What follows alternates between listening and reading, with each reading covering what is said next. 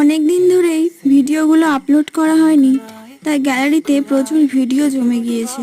আর এতদিনের মধ্যে যেসব কিছু হয়ে গিয়েছে, ওই যে যাদেরকে দেখতে পাচ্ছ গুটি গুটি পায়ে হাঁটা চলা করছে, ওদেরকে কারা যেন বাড়ির পেছনে রেখে দিয়ে চলে গিয়েছে। দুদিন ধরে এই বাড়ির আশেপাশে কয়েকটা বাড়ির মধ্যে ওরা দুজনে ঘোরাফেরা করতো। সেদিন আসলে কাকা আর আমি ওদের দুজনকে একটু বাড়ি থেকে দুধ খেতে দিয়েছিলাম। তারপর সন্ধ্যা থেকে হঠাৎ করে এত ঝড় উঠতে শুরু করলো, দিদাকে বলে এই ব্যাগটা করে ওদেরকে বাড়িতে নিয়ে আসি। ভাগ্যিস ওদেরকে বাড়িতে নিয়ে এসেছিলাম। বাড়ির ভিতরে আম গাছটা কয়েক বছরে বেড়ে উঠতে প্রথম আম ধরেছিল, সেটা পড়ে গিয়েছিল, গাছের একদিকে ডালটাও ভেঙে গিয়েছিল। সারা রাত ওরা এই বাঁশের ঝুড়িটার মধ্যেই ছিল।